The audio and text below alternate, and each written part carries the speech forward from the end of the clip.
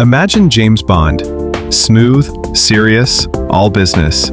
Now imagine his face on a dancing penguin. Yep, with AI, you can totally do that, and I'm going to show you how.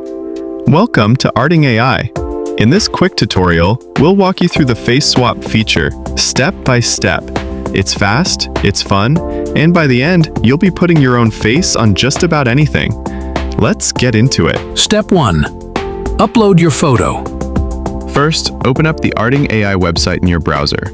Just type it in and hit enter. Once you're on the home page, look for the section called AI Face Swap. Click on that and you'll land right on the Face Swap page. Now here comes the fun part. Go ahead and upload the photo you want to use. This will be the face that gets magically swapped onto a brand new character. Step 2. Click Generate. Once your photo is uploaded and ready, just hit that big Generate button.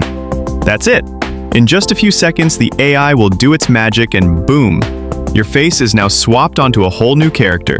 No complicated steps, no waiting around. It's really that simple. And the best part?